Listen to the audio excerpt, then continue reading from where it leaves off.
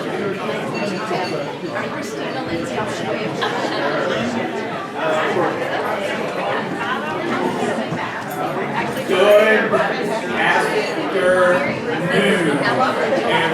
everyone. Ring the bell again. We don't need to ring. If y'all can't tell, this is my next to last meeting, and I'm going to drag this out.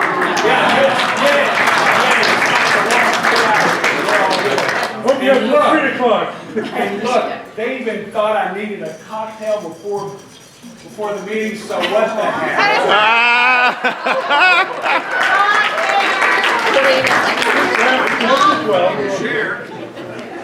Welcome to the June 22nd meeting of the Rotary Club of Louisville. I'm Walt Kuno, your president for one more week.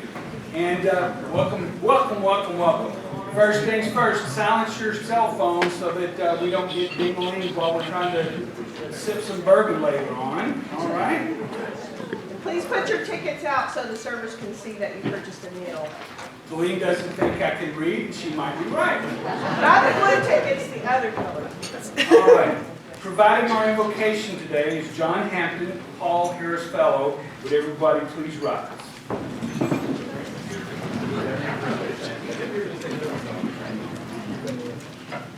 I went online and actually had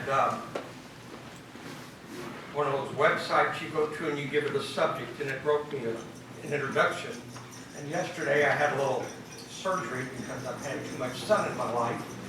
And I couldn't get out of coming today because when Judy calls and says, "Will you give the invitation, you better show up." So I saw something on the wall in the doctor's office and thought it was very appropriate. So dear Lord, please help us in the following ways. Self-control is strength. Calmness is mastery. You have to get to a point where your mood doesn't shift based on the insignificant actions of someone else. Don't allow others to control the direction of your life, and don't allow emotions to overpower your intelligence. God, please bless this meal. Amen. Amen. Thank you, John. Now to lead us in the pledge of the 4A test is Matt Riggle, Vice President of Louisville Paving and Construction Company, and a leadership fellow. So welcome, Matt. Go, Matt.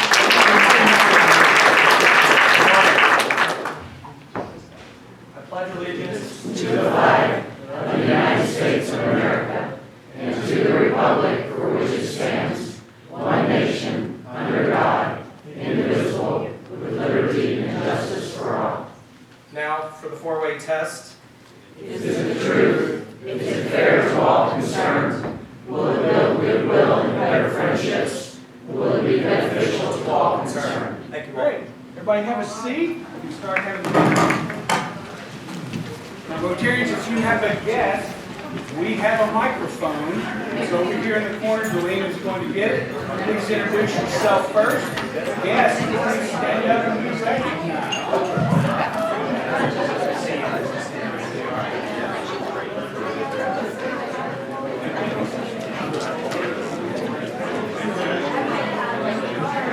Good afternoon, Kevin Lynch. My two guests, if you'll stand up, Tim and Deborah Honey, came all the way down from Maine to attend this luncheon. Welcome.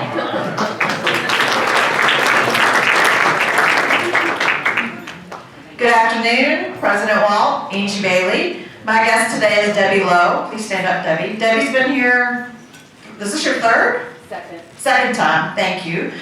Please welcome Debbie. She and her husband have owned a healthcare software company providing hospital information systems, electronic health records, and IT services to their clientele. Today, Debbie has opened a new business providing software consulting services to business owners. She is currently seeking new contracts for project management software implementation services, and she is PMP certified. Please welcome Debbie. Good afternoon, everyone. Sarah Hugenberg. I'm one of the Rotary Leadership Fellows, and I have joining me today Ashley Hadley, She is the Wealth Director for PNC Private Bank here in the Louisville market. So everyone give her a nice welcome. Hello, my name is Jackie Jones. I'd like to have my guest stand up. She was also a guest at Craig's wonderful summer party. You remember this pretty face. This is Antoinette Reyes. She's a real estate agent with Keller Williams and also has her broker license. Thank you for joining us. Hello, Delene Taylor, Executive Director of the club, and I would like to introduce a couple of guests. We have with us all the way from San Diego, recently moved to the Louisville area, Dr. Christina Lindsay, who is a technical project manager currently on contract for Mountain Health Network. Please make her feel welcome in Louisville. And I believe Paul has a guest from Leadership Louisville as well, Sarah Bowman. And while he's coming, come on. And I will introduce Brittany Penny as our speaker today. She has with her husband, James Penny. So welcome, James. I just wanted a chance to speak on the main mic to see what that was like. And yes, I have Paul Bolt and I have Sarah Bowman here from the Leadership Louisville Center. Sarah's been with us now 5 months, 6 months, something like that. Seems like a year. She's great. And she's the engagement manager here at the center, and we're really glad to have her.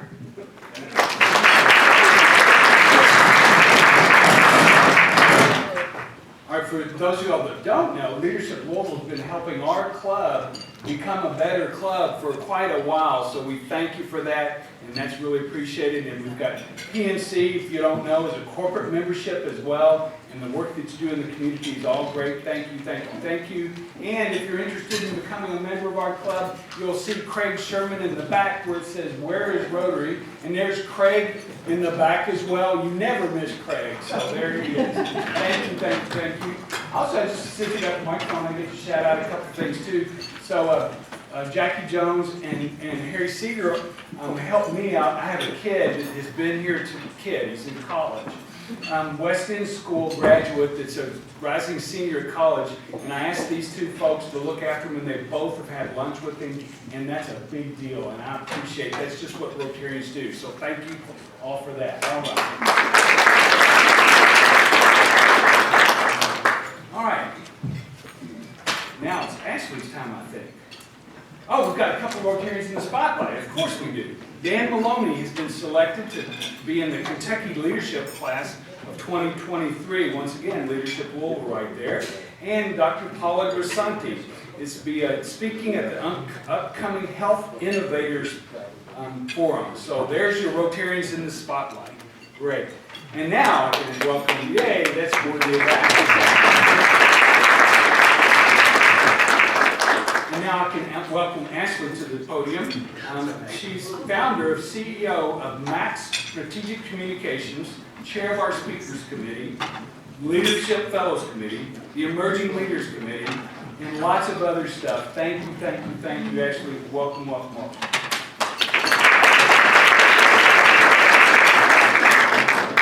Thank you, President Walt. We're excited today to recognize 2 graduating leadership fellows and welcome in 2 new fellows into the program. Claire Arnold is the co-chair, and unfortunately she couldn't be here today. She's traveling out of town, and we really couldn't do this without her, so wanted to give her the opportunity. We're beaming her in to tell you a little bit more about the program. The Rotary Leadership Fellows Program originated in 1996 as a Landon Prize for Leadership. In 2001, the Rotary Club of Louisville partnered with the Landon family to create a unique leadership program for young professionals designed to focus on the club's mission of service, to expand their professional network, and to accelerate the development of the award recipients and create a pipeline of future leaders for our club and the community at large. Fellows are recent or soon-to-be graduates of U of L's MBA program. During the 3-year leadership program, these fellows managed as mentors. They organized and put together fellowship programs with a speaker, and they participate in club meetings, service projects, and social activities. In addition, they receive a $5,000 cash reward. Thank you, Claire. First, we want to recognize our graduating fellows. So Taylor Davis and Matt Gribble, please come out here. They each have prepared brief remarks reflecting on their time as fellows, which has been a little more than the traditional 3 years because of COVID. So Taylor's up first. She's a relationships manager with Lifetime Wealth Strategies. She will share her reflection. Thank you so much, Ashley. And I would call myself not a presentation person, so if I could just have like a nice ruckus round of applause, please. And like a good hearty laugh. I don't know that I'll earn either of those during this, so I like to get them, right out of the gate. Okay, so for many of us, the pandemic may have presented a few silver linings. One of the silver linings for me was a multi-year extension of the Rotary Fellows Program. I graduated with my MBA in 2018, and now 5 years later, I'm leading a 3-year program. That's typically how my math works. So I was wondering. As I look back on the 5 years in Rotary, one thing stands out to me the most, and that's the importance of community. Our club is obviously focused on the local area and the many communities within it, but the community within Rotary was highlighted for me. The Rotary Fellows Program is a pipeline for young professionals to enter the Rotary community. Along the way, we're provided with mentors, we have meetings with fellow fellows, see what I did there? And have meetings that follow our club structure that include guest speakers in an intimate way to learn more about their careers. As you can imagine, during the pandemic, much of the structure came to a halt.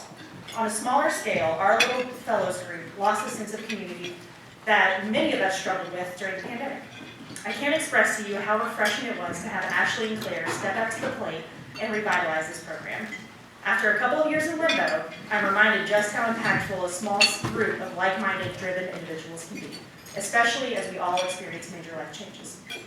Over the past couple of years, my fellow fellows, have welcomed new babies, have made new career changes, navigated new industries, had new roles, and have opened new businesses. I've also made a career change, launched into a new industry, and started a new life path. In the 5 years I've been in Rotary, I've described the Rotary Fellows Program to many people. Oftentimes, the response teeters on something of nostalgia, with Rotarians reminiscing on their first months in their career, or the days of balancing a career with a new baby, or remembering the anxiety that comes along with a leap of faith into a new business. But that's the point of community, right? To see someone go through life in a way you can relate to, or a way you may be able to learn from. To cheer on your peers, to give guidance to a mentee, these moments happen between the networking and the speakers, between the community service events. These moments happen when you reach out, human to human, to simply root for their success. For that, I'm so glad to have been part of this program, to have had Susan Spetta, Kevin Lynch, and Chambers Moore give me guidance and root me on. And I'm so glad to have met my fellow fellows, that's the last time, and the extended Rotary Fellow Committee, to be able to root them on as well. I hope as you meet our new fellows, you consider becoming a mentor, because in the end, that's what community is for, right? Rooting for each other's success and reaching out when we can. Thank you for my time in Rotary and for rooting for me.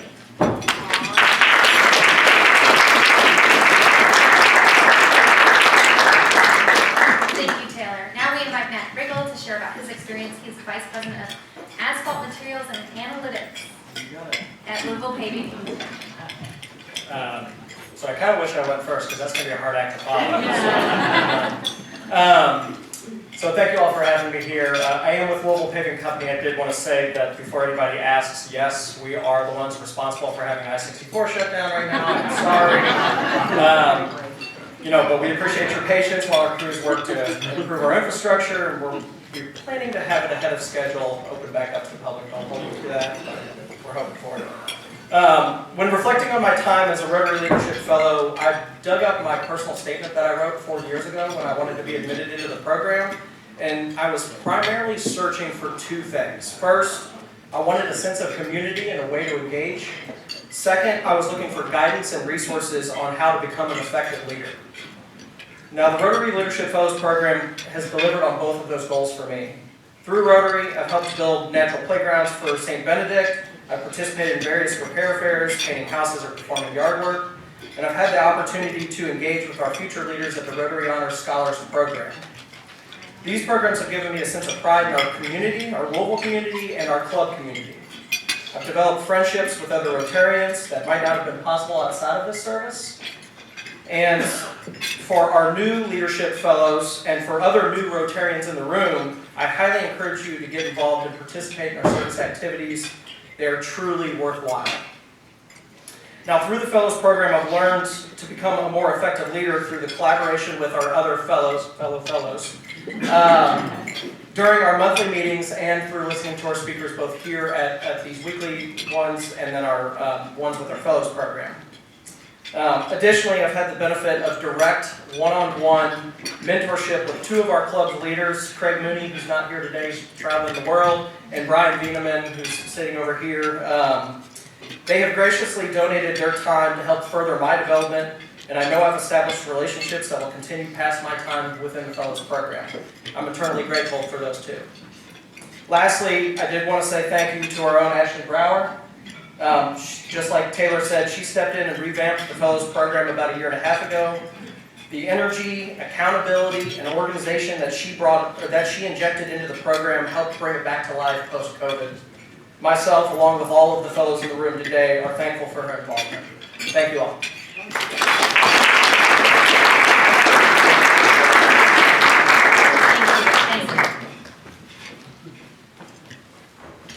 Congratulations to Matt and Taylor for their commitment to the program and their contributions made to our club over the past several years. We also want to recognize the fellows that will continue in our program, as well as their mentors. Please stand when I call your name.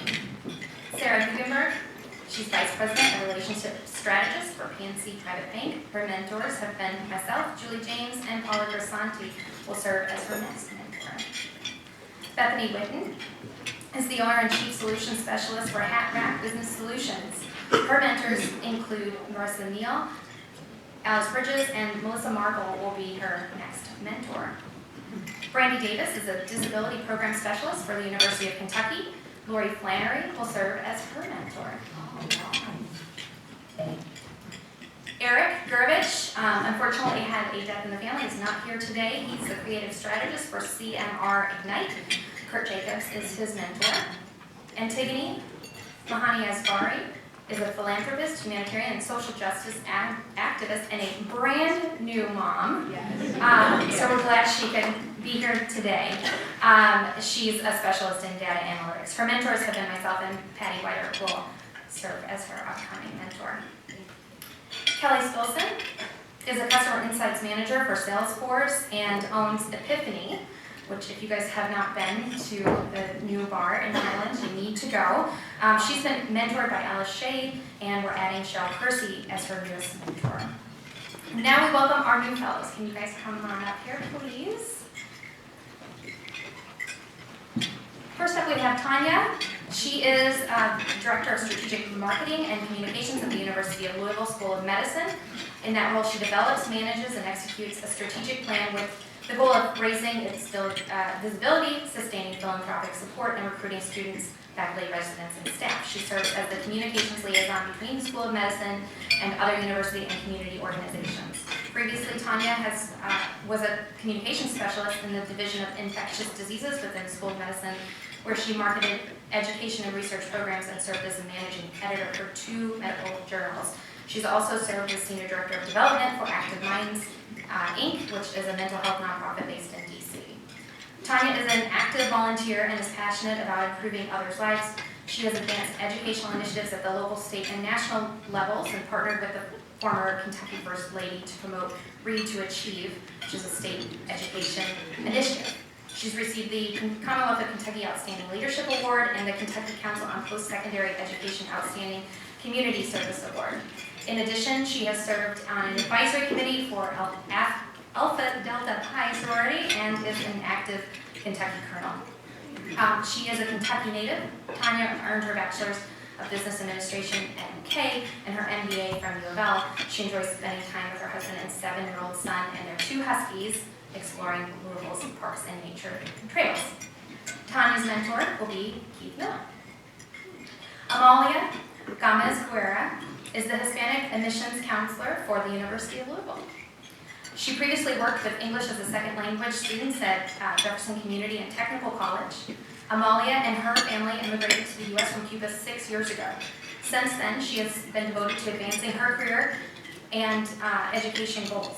She's passionate about education and creating access for the Hispanic community in Louisville.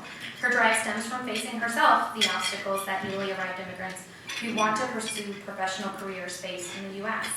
Amalia earned an Associate in Arts degree from JCTC and a Finance degree from U of L. She is currently pursuing a Master's in Business Analytics at U of L. Amalia has received several awards and participated in leadership programs. In 2019, she graduated from the Louisville Welcome Academy Leadership Program, which is through the Mayor's Office and is for rising immigrant leaders. In 2022, she received the Miss Cardinal Award from U of L and the Inclusion, Access, and Success Award by the Kentucky Association for College Admissions Counseling.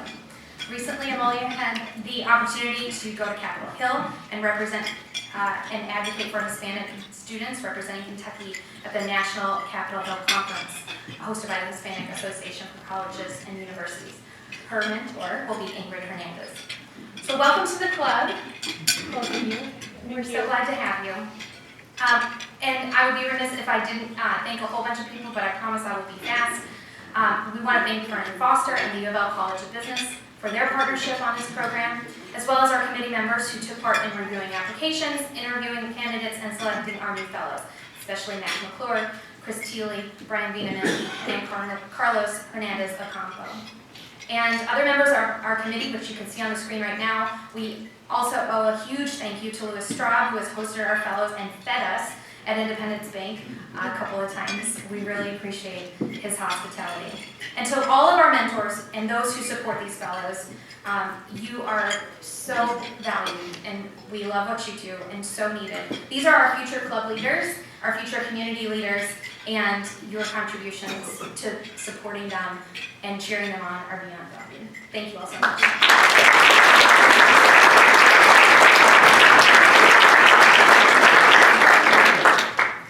We got to thank Ashley too. I think, Ashley, weren't you one of these folks back in the day? So thank you to that. Are there any other former leadership fellows in the room? So you know that we've got, there we go. All right, Brian. And Whitney Austin was one. And it's a good vehicle for us, and we really appreciate it. I had a fun time during COVID one afternoon. They wanted to go to Turn 3 Brewery, and as long as I picked up the tab, they were all happy. So I'm going to suggest that any Rotarian talk to Ashley, pick up the tab, and go to some place that you enjoy, and you will be really energized by the Rotary Leadership Fellowship. So thank you all. Thank you for everybody. All right, and now for the main event. This is up and down for me. I'd like to welcome Morgan Hancock, founder and director of Bourbon with Heart, to introduce today's speaker. Thank you, Morgan.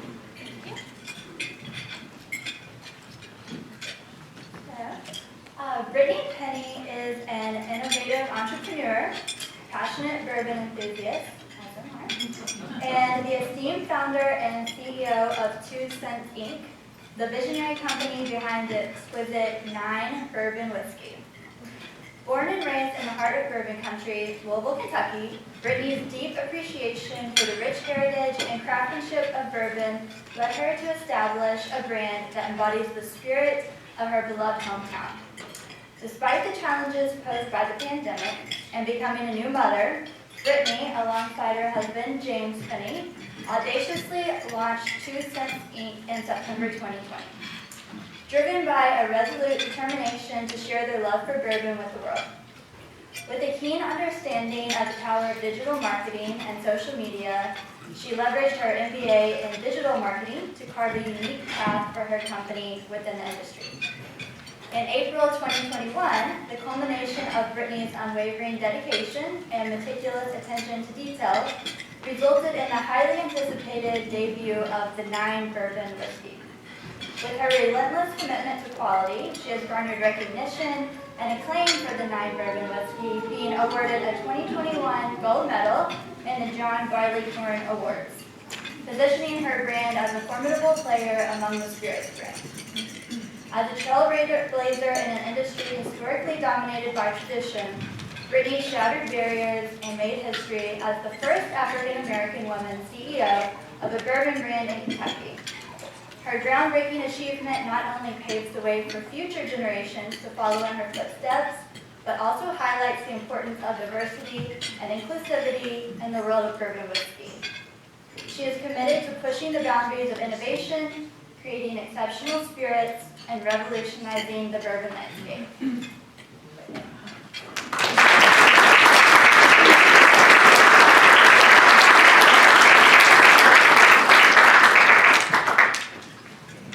Every time I hear that bio, I'm like, who is this woman? Thank you. I was going to have courage with me. Hello. Hello. How's it going? Good. I want to start off and say this is a true story. The events that you are going to hear take place anywhere between 1983 to present day. And out of respect for the bourbon mafia here in Kentucky, all of the names have been changed.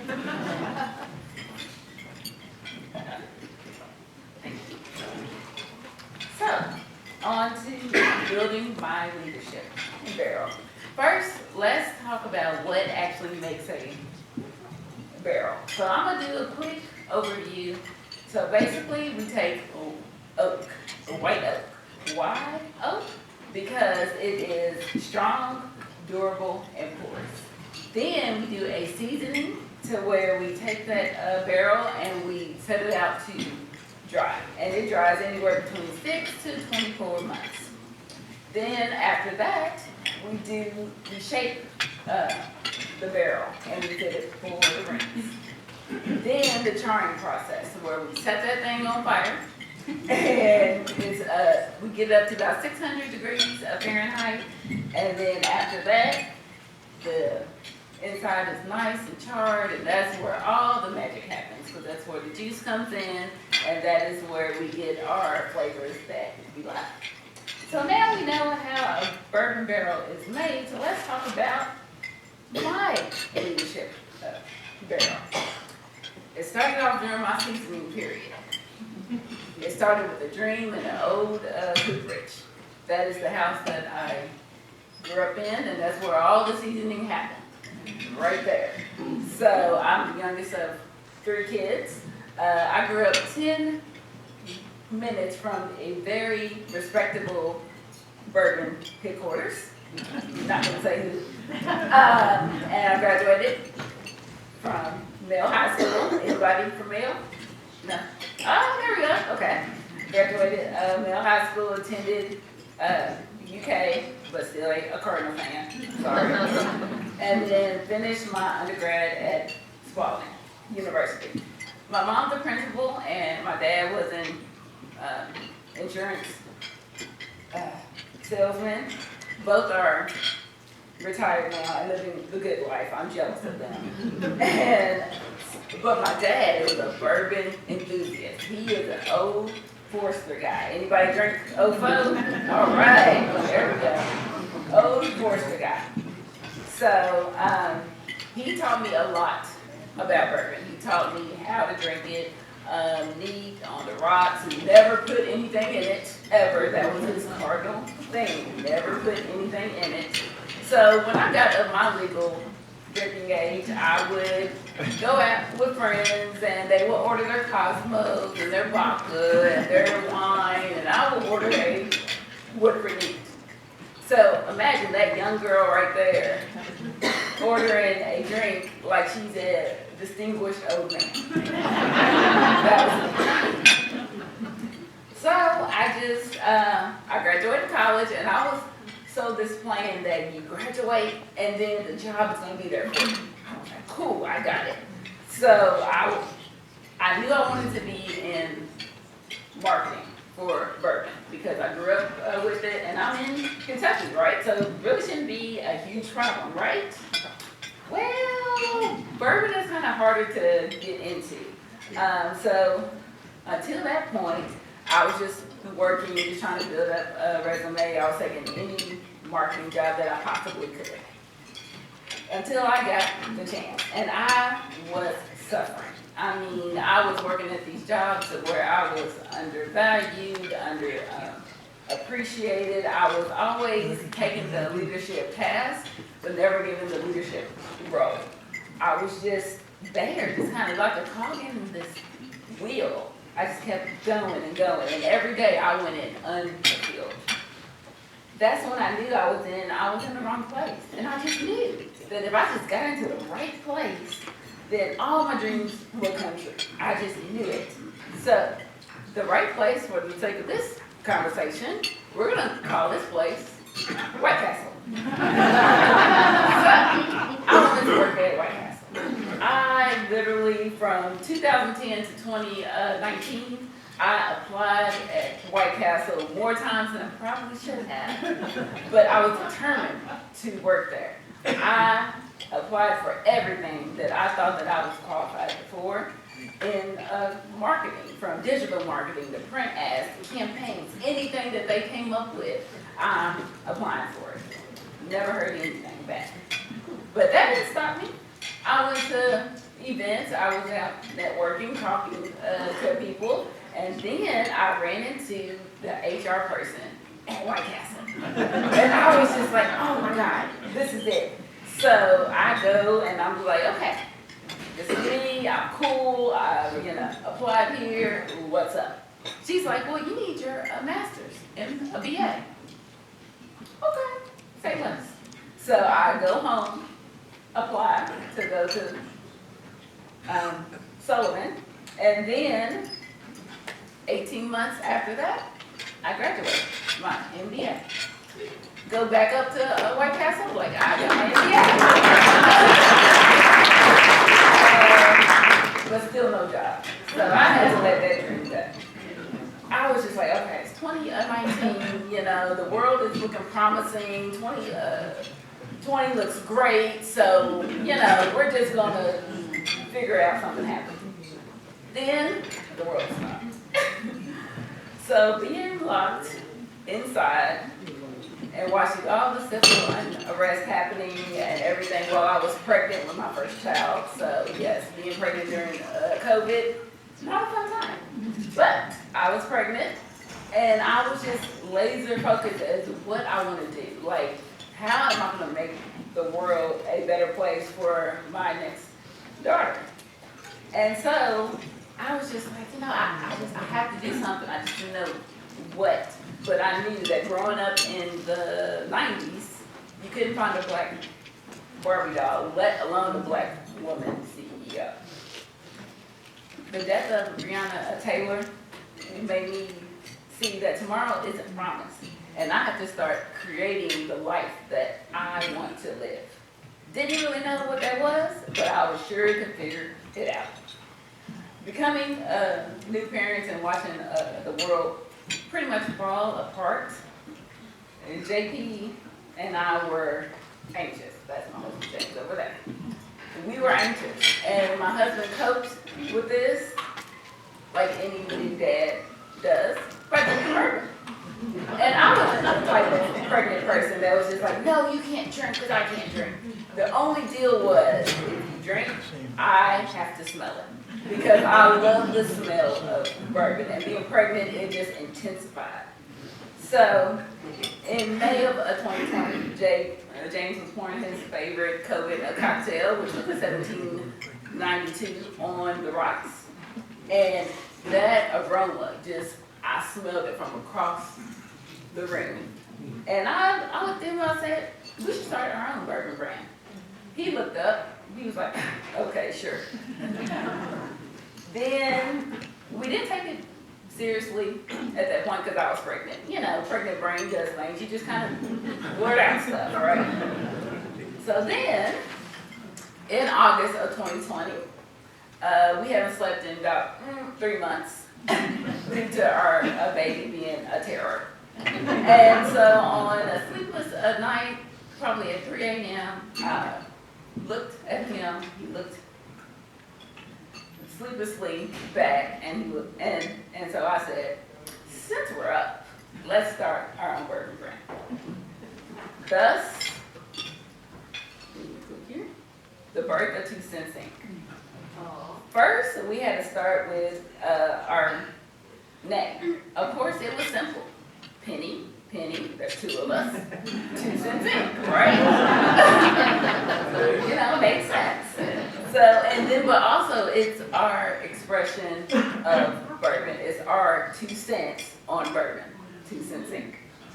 Second, we come up with the roles. I just knew that I was just going to be this background player because that's what I always did, right? I just knew that I was going to be a background player and James was just going to do everything and everything was going to be fine. Then he's like, this was your idea and you creating the brand. You're going to be the founder and CEO. Then he sipped a drink and said, and anyway, having another male brand led is so cliche. I debated with him a few days after that, and then I was just thinking of every reason why I shouldn't, or why I couldn't, or why I just, no, not me, not me. Clearly, he won that debate. Now we have our roles. It is time to find the right juice. We found a small distillery that was willing to help us find the right barrels. I smelled about 15 different barrels. James tasted through all 15. I couldn't taste because I was still, breastfeeding. So that was a fun time for him.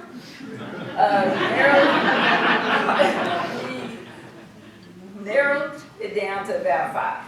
And I couldn't pick which 5 because they were all great. They all either had a good flavor or a good smell to them or did a coloring. So I was just like, let's blend them all together. Thus, the 9 Bourbon was born. After we created 2 Cents Inc., I was still treating this company as a side hustle. Imagine that, right? I'm still treating this company like just, a side hustle. Full transparency, I wasn't really comfortable in the new role, and I just couldn't believe that I could actually do this. I liked the idea of having a steady cash flow, like most of us do, and a full-time position to go back to, even just in case this whole bourbon thing just, didn't work out. I was hired at a local non-profit.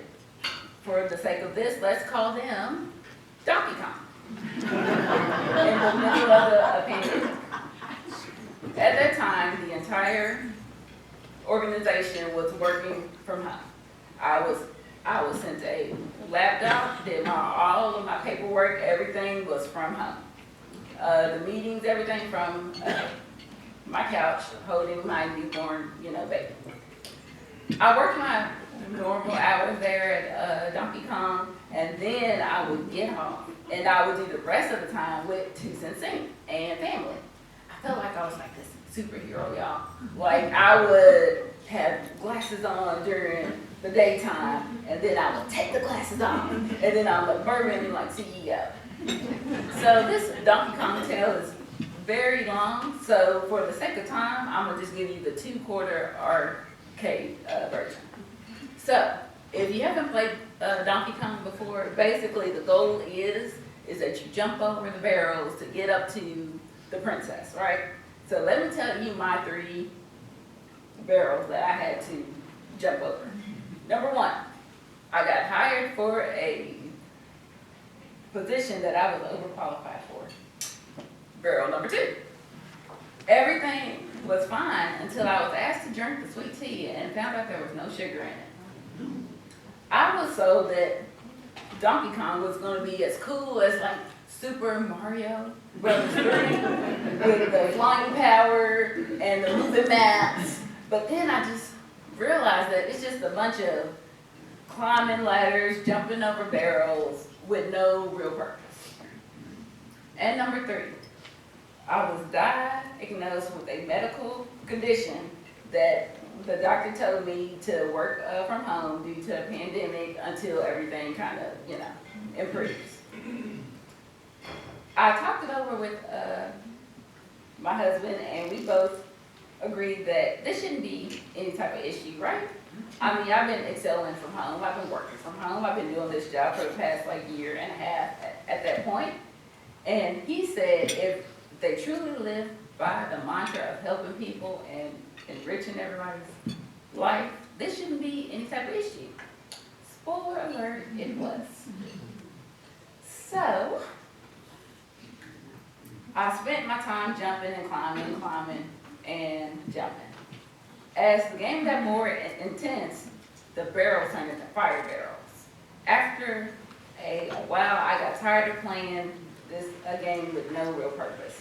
So I picked up my bag of quarters and looked to see what other opportunities that the arcade of life had to offer. I would consider this phase my trying phase. At Donkey Kong, they burned that fire for 2 years. But once the fire was out, I was left open and ready to receive a new flavorful life. So now, here we are, April 2022. Newly pregnant with my second child, parenting a toddler, and technically unemployed. I was applying to 10 jobs a day because I had to have a steady income, but nothing was working out. I felt like I was losing my mind. I'm a CEO of a bourbon brand, but I can't seem to get hired for even an entry-level job. But then I had to stop and think, I'm a CEO of a bourbon brand. It is time to start acting like one. Because if you wouldn't hire you, why would anybody else? So that's what I did. Instead of wasting time applying for jobs that didn't want me, I used that time to learn more about the bourbon process. Anything from business, finances, the industry. I spent time networking with people, making partnerships, and learned as much as I could on how to make this brand work. The craziest part is the more I learned about the bourbon brand, the more I was like, yeah, I can do this. I am CEO. I can do this. I always thought that this person had all the answers, had to, right? They are the CEO. But it's okay to just not know something. And it's okay just to like figure it out as things go on. Everything I did at the other companies, I applied it to 2 Cents Inc. Google was my best friend. Because if I didn't know something, I just looked it up. And at least I had a manual on what not to do. Because I had terrible leadership in my past. Their worst trait was that they just didn't listen. Did I get everything right? Absolutely not. Did I make mistakes? Yep, sure did. But the difference is that I took these mistakes and learning opportunities and moved on. In the past, I was so consumed with this idea of being perfect, of getting my boss's thumbs up and attaboy, which hardly ever came. Now I have the freedom to be me and just get it done, flaws and all. So here we are, 3 years later, 2 kids later, and the IX Bourbon is on the shelf at Westport Whiskey and Wine, as well as Liquor City, as well as the Derby Museum. So please go out and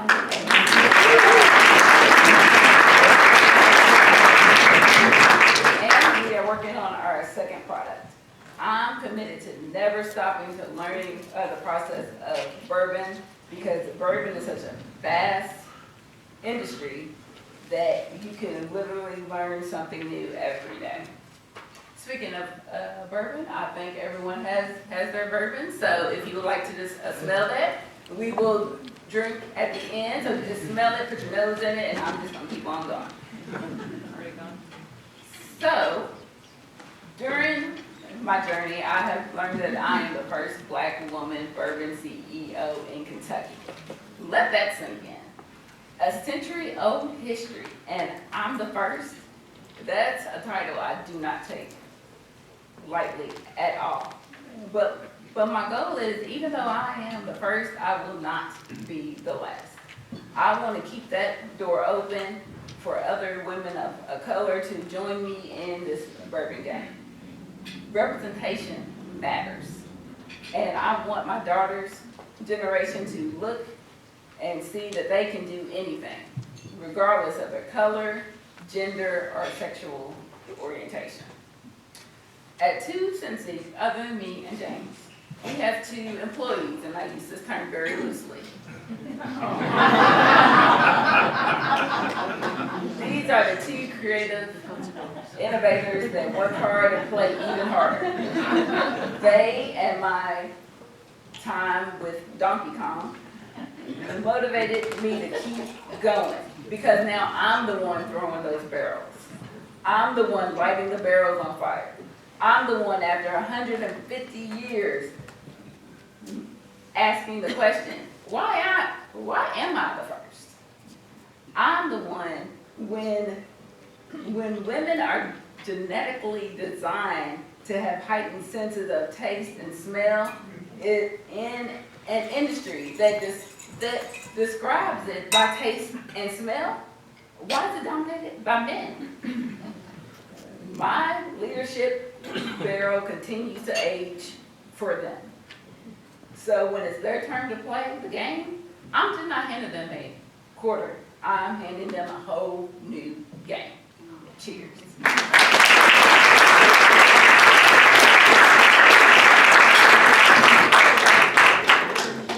Oh, okay. Any questions? Any questions? Did I do that? Did nobody? Ooh, I asked a question. Yes, James Penny, what is your question? Can you talk a little bit about the mentorship you've had since you've been in your role? Sure, that's a great question. Yes, mentorship. Mentorship is key.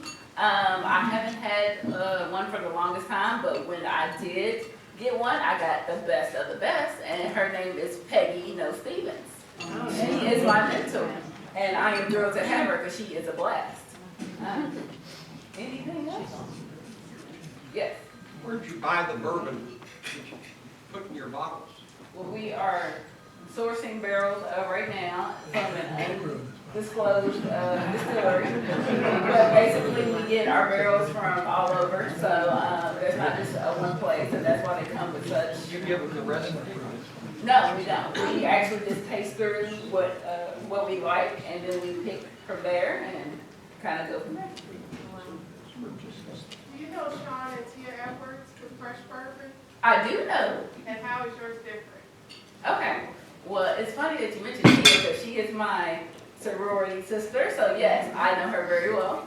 Ours is different because where they use their honey malt, we do not, and ours has a more kind of sweeter, kind of a caramely, vanilla type of flavor profile to it, as well as a little bit of cinnamon spice, and where they actually promote theirs as more of a cocktail bourbon and making wonderful cocktails.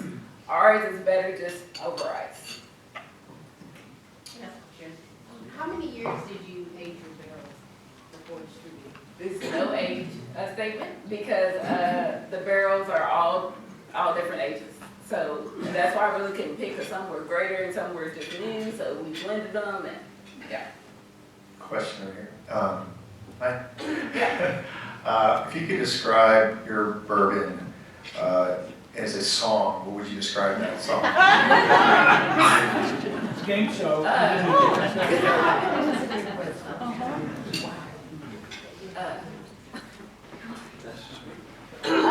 TikTok. Okay, if I could describe it as a song, let's see. Like Gloria Gaynor, I will survive. No, I would actually do old school classic, Jackson 5. Can you feel it? That's what it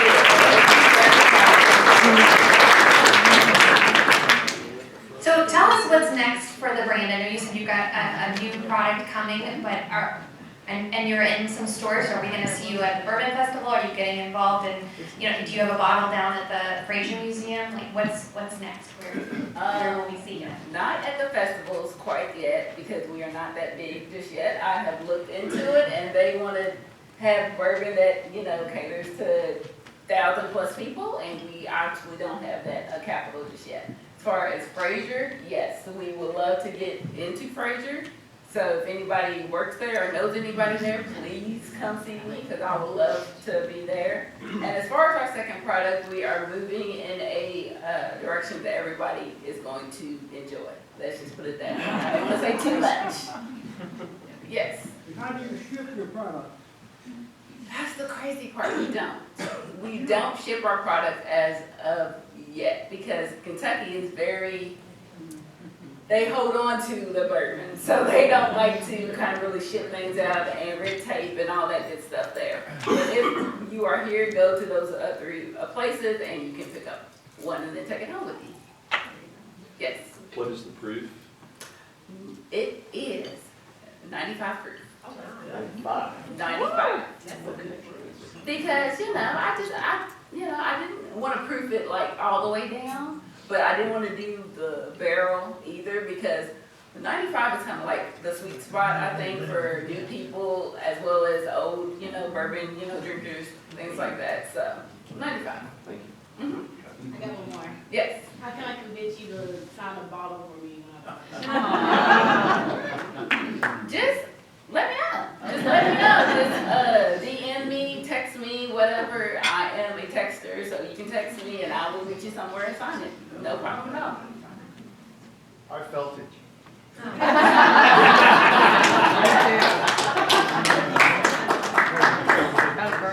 Anything else? All right, so let's do.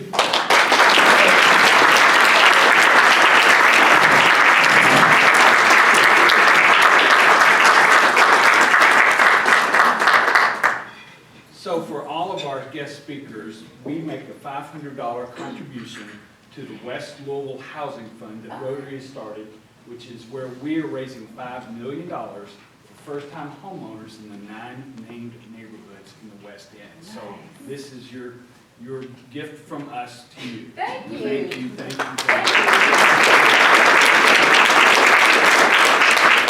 This is what everybody else is interested in. You get to draw. Y'all feeling lucky out there? Yeah, what's the prize? What's the bottle bourbon? What's the prize, Walt? The prize is a book, Humans of New York.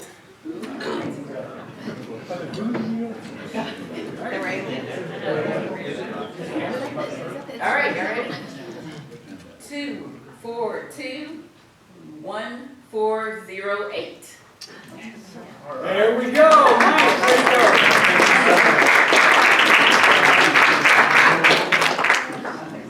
Yes, you will. Because I'll say. All right, next week we've got Morgan McGarvey, our congressman. It's promising to be a great, great meeting. It's also going to be the last one of yours truly. So come and help me get run out of town on a rail. Right? Let's see, we've got a couple of things in my script here. So register by noon on Monday. We will fill this room and then some with our congressperson, Morgan. So please register. Also, if you register by noon on Monday, we have a drawing next week for a bottle of Weller Reserve. So if you do that before Monday, we'll get 2 tickets for you. Double the chances of getting that bottle of Weller. And we love our bourbon here. Thank you for saying. All right. If you haven't heard, I want to tell you we're moving our location on July the 13th to the University Club. And so, yes, it is a woo-woo. So we're trying this out. They're under new management, new, what do you call it?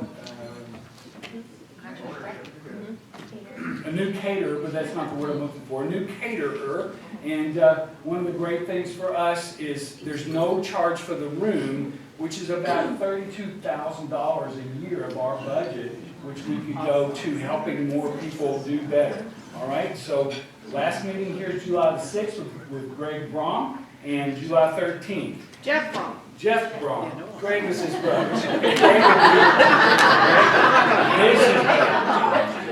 The best thing about all the mistakes I make is the joy they bring to others. Okay. All right, yes, please meet Greg Sherman. Oh, Craig, I'm sorry. In the back. In the back of what is Rotary table. And the carriage shop is open as you leave. And we've got Walt's Words of Wisdom, the penultimate. And that's a big word that I don't even know how to spell. All right. Never underestimate the dreams and the influence of the human spirit. We are all the same in the notion. The potential for greatness lives within each one of us.